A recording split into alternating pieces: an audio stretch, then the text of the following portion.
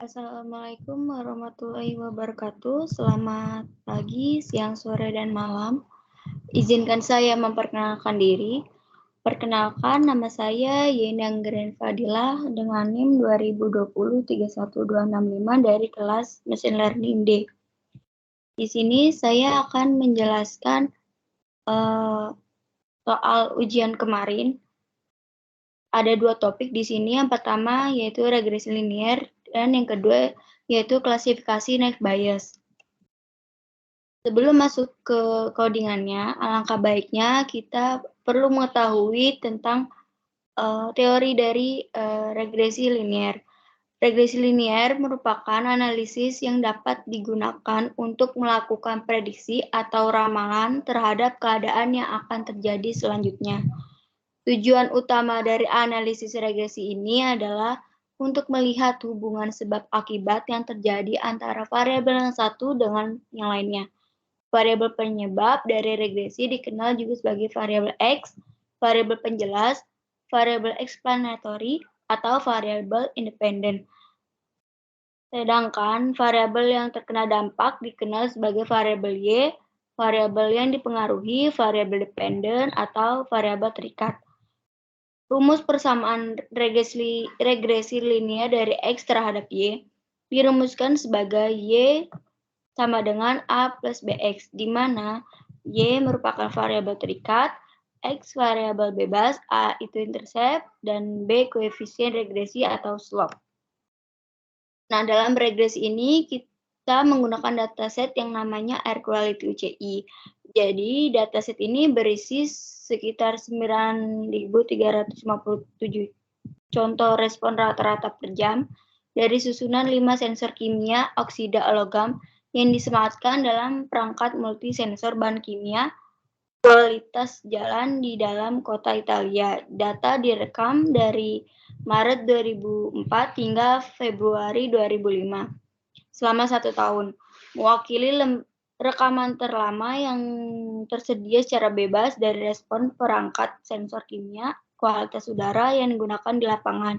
Ground truth, rata-rata konsentrasi per jam untuk CO atau karbon oksida, hidrokarbon non-metalik, benzena, total nitrogen oksida, dan nitrogen dioksida. Dan disediakan oleh penganalisa bersertifikat referensi yang ditetapkan di lokasi yang sama. Nah, di dalam Air Quality C ini terdapat beberapa atribut datasetnya, mulai dari 0, ada tanggal, ada time, ada COGT, yaitu konsentrasi CO rata-rata per jam sebenarnya dalam mg per meter kubik, ada timah oksida, yaitu respon sensor rata-rata per jam, ada konsentrasi hidrokarbon non-metalik keseluruhan rata-rata per jam, ada konsentrasi benzema rata-rata per jam, terus yang keenam ada respon sensor rata-rata per jam, yang ketujuh ada konsentrasi NOx dengan rata-rata per jam, yang ke-8 yaitu respon sensor rata-rata per jam. Yang ke-9 ada konsentrasi nitrodioksida rata-rata per jam. Yang ke-10 ada respon sensor rata-rata PT08.S4. Yang ke-11 ada respon sensor rata-rata per jam. Yang ke-12 ada suhu, ada kelembapan relatif dalam persen, dan yang terakhir ada AH atau kelembapan mutlak. Nah, di sini di regresi linear ini untuk memprediksi nilai AH atau absolute humanity atau dalam bahasa Indonesianya yaitu kelembapan mutlak berdasarkan konsentrasi COGT atau konsentrasi karbon oksida rata-rata per jam. Sekarang kita masuk ke dalam codingannya. Langkah pertama yaitu kita importkan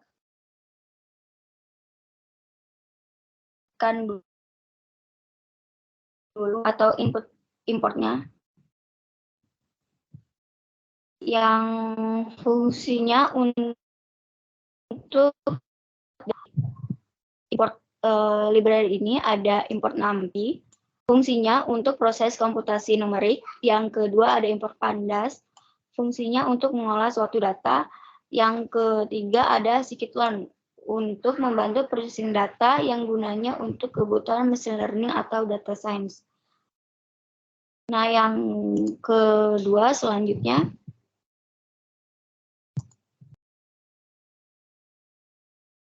kita masukkan datasetnya. Kali ini kita menggunakan dataset yang bernama Air Quality UCI dengan format filenya Excel berupa CSV, dan pastikan pula file Air Quality UCI ini satu folder dengan file codingannya. Selanjutnya kita cek datasetnya. Nah, tertampil data tabel dengan 15 kolom, mulai dari date hingga AH. Selanjutnya kita pilih datanya. Nah, siapkan array, pisahkan datasetnya menjadi dua bagian. Dalam hal ini ada Xtrain dan YTrain untuk memprediksi AH sebagai data target dan nilai COGT sebagai data trainingnya.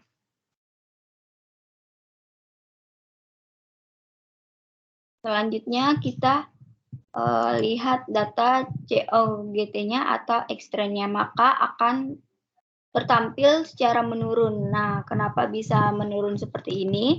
Karena ada new axis. Yang ini. New axis sendiri itu artinya menurun. Selanjutnya kita lihat isi data dari AH atau YTrain. Maka akan tertampil data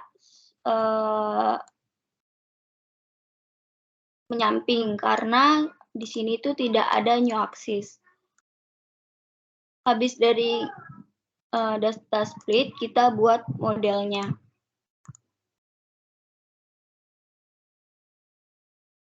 Cara kerjanya, dengan data train itu dimasukkan ke dalam model machine learning, maka mesin akan belajar dengan data trainingnya. Nah, pada saat yang ini, pada saat model LR sama dengan linear regression ini, itu mesin belum belajar. Tapi pada saat kita menggunakan model LR.fit dengan parameter Xtrain YTrain, maka mesin sudah belajar. Selanjutnya di line ke-7, karena rumus regresi linear itu adalah Y sama dengan A plus BX, maka kita mencari nilai B-nya. Didapatkan hasilnya yaitu min 0,02. Begitu pula kita mencari nilai A-nya atau intercept, maka didapatkan nilai minus 7,65.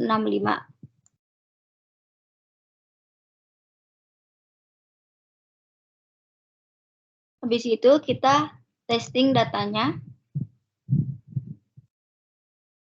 Nah, rumus regresi linear tadi itu kan Y sama dengan A plus BX. Maka dari itu kita masukkan nilainya. Nah, di sini nilainya itu bebas. Jadi saya menggunakan nilai Y1 sebesar 0,9 dan Y2 itu sebesar 1670.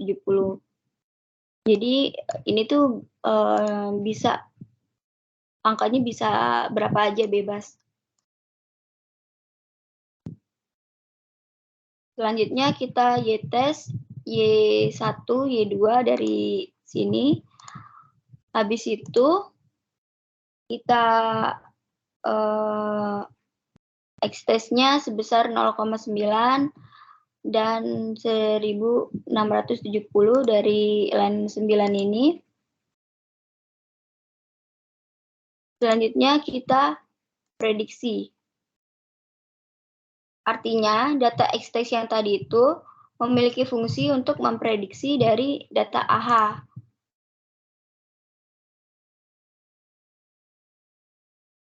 Selanjutnya kita mencetak data yang prediksi. Didapatkan nilainya minus 7,64 dan minus 46,09. Setelah itu kita plotting. Nah, plotting ini fungsinya untuk melihat garis regresinya. Grafik yang di bawah ini disebut dengan scatter plot. Jadi titik yang berwarna biru ini itu datanya, dan garis yang merah ini bisa diatur ketebalannya menggunakan line width ini. Saya menggunakan line width sebesar 1. Dan yang terakhir itu kita menghitung akurasinya. Dari akurasi ini ada squared sama dengan false, yang artinya kita tidak mengkuadratkan. Didapatkan hasilnya itu hasil RME-nya itu 0,0. Jadi nilai akurasinya adalah 100. Dapat disimpulkan akurasi yang kita prediksi itu tidak ada error. Oke, lanjut yang topik kedua.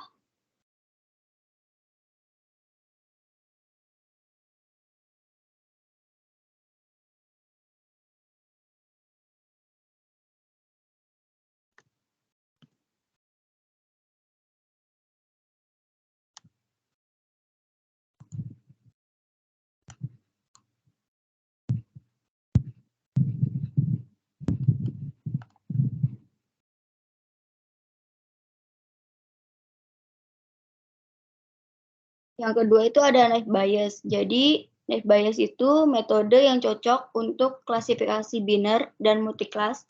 Metode yang dikenal sebagai naive Bayes ini menerapkan teknik supervised klasifikasi objek di masa depan dengan menetapkan label kelas ke interface atau catatan menggunakan probabilitas bersyarat.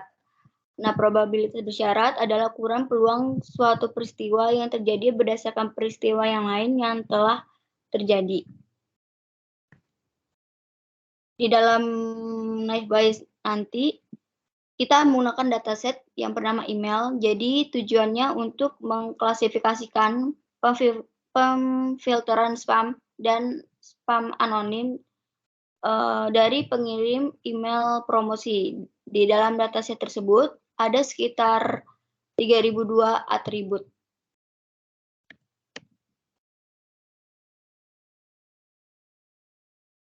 Kita masuk ke codingannya. Sama seperti sebelumnya, yang pertama itu kita input importnya.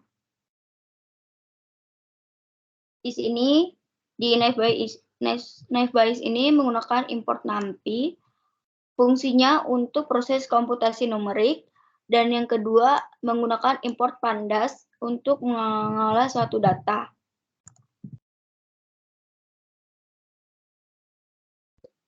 Selanjutnya kita masukkan datasetnya. Nah, pada kali ini menggunakan dataset yang bernama email dengan format file Excel berupa CSV. Pastikan pula file email tersebut satu folder dengan file codingannya. Lalu kita cek datasetnya di sini, maka akan menampilkan data label dengan atribut mulai dari email number sampai prediction. Dan besar atribut dalam dataset email ini ada sekitar 3002 atribut atau kolom.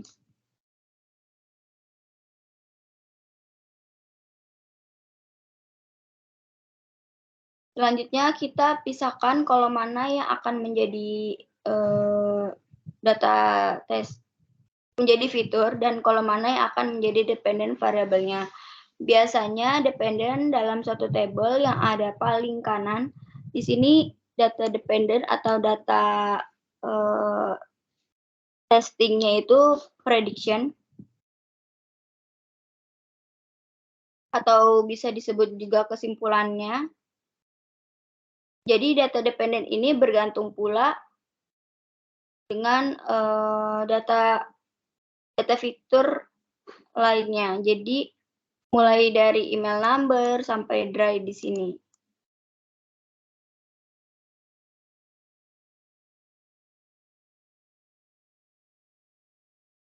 Nah, di sini kan kita menggunakan ilog. Ilog ini artinya index location. Jadi akan memisahkan berdasarkan indeksnya. Nah, kita menggunakan 3001 karena kita akan memisahkan mulai dari email number ini sampai dry. Jadi prediction ini kita pisahkan. Kita tidak ikutkan begitu.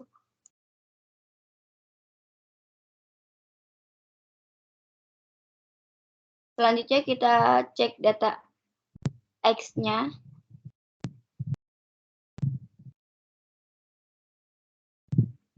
Maka tertampil mulai dari email sampai dry.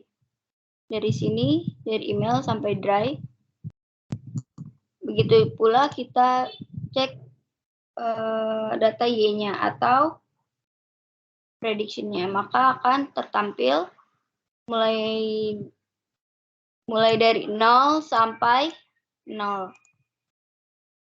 Kemudian kita mengecek apakah ada data yang kosong atau tidak. Kita menggunakan scikit-learn.pre-processing dengan import label encoder. Kemudian membuat objek variabelnya. Kita menggunakan LE atau label encoder untuk memanggil label encodernya. Kemudian kita eksekusikan. Nah, karena kita mau ubah email ini menjadi data numerik, dan email ini berada pada indeks ke 0. Jadi 0 ini berasal dari indeks email.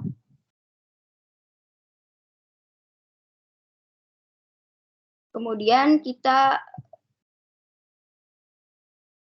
cek data X-nya, maka akan menampilkan data seperti ini. Jadi email ini berubah menjadi data numerik seperti yang di bawah. Kemudian kita split data.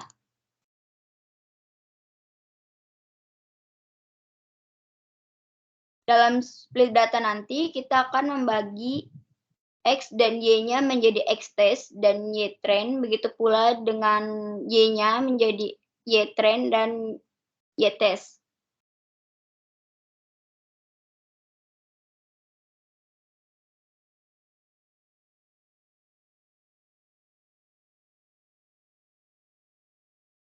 Di sini kita pisahkan menjadi beberapa variabel, X-train, Y-test, Y-train, Y-test. Kemudian kita buat objeknya. Di sini kita buat objek yang namanya train test split. Kemudian menggunakan variabel XY dengan text size-nya sebesar 0,2. Arti 0,2 ini dari datasetnya akan dialokasikan untuk testing datasetnya. Nanti kita juga akan mengacak datasetnya, jadi menggunakan random state sebesar 0. Kemudian cek data X-train-nya. Nah, didapatkan data seperti ini. Jadi sekitar 1034 data yang kita jadi ada sekitar 4.137 data dari 5.170 data. Kemudian kita cek X-test-nya. Di sini tuh akan menampilkan sekitar 1034 data dari text size-nya itu sebesar 0,2 atau 20% dari keseluruhan data. Dalam hal ini ada 5.172 data. Kemudian kita buat modelnya menggunakan library scikit-learn. Nah, NB ini merepresentasikan sebagai naive Bayes Kemudian untuk selanjutnya, kita buat objeknya yang namanya classifier.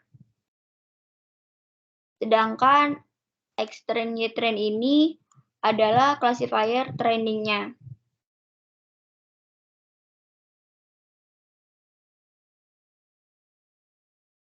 Kemudian kita prediksi hasilnya.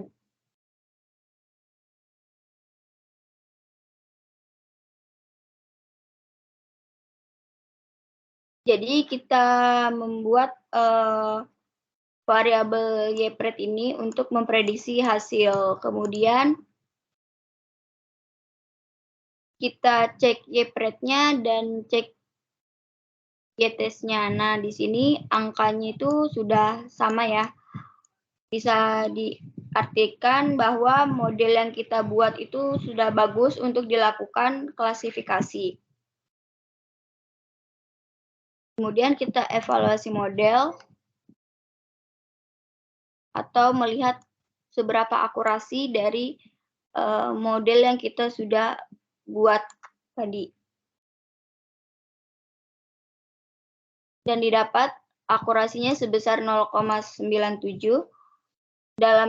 Dalam artinya data yang kita prediksi itu baik karena semakin mendekati 1, maka data yang diprediksi semakin baik.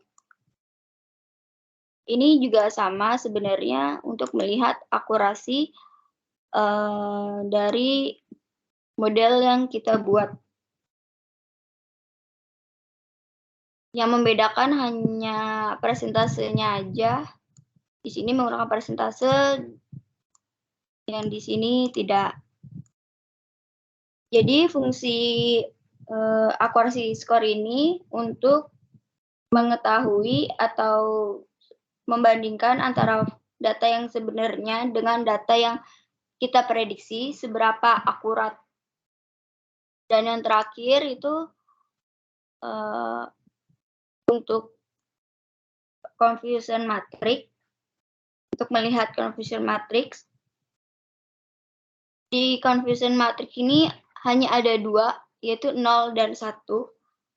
Memiliki arti ya atau tidak. Nah, cara baca dari confusion matrix-nya ini, untuk yang berwarna biru bisa dinamakan sebagai true positif. Jadi jumlah data yang bernilai positif dan diprediksi benar sebagai positif.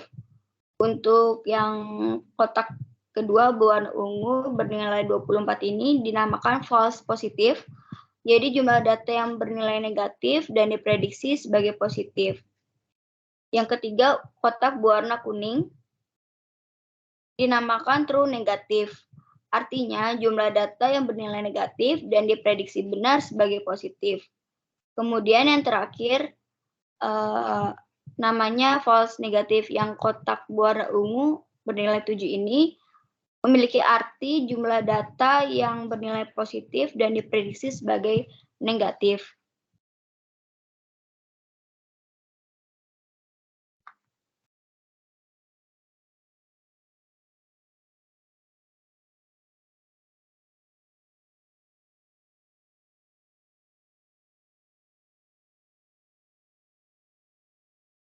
Itu aja yang bisa saya sampaikan. Kurang lebihnya mohon maaf. Wassalamualaikum warahmatullahi wabarakatuh.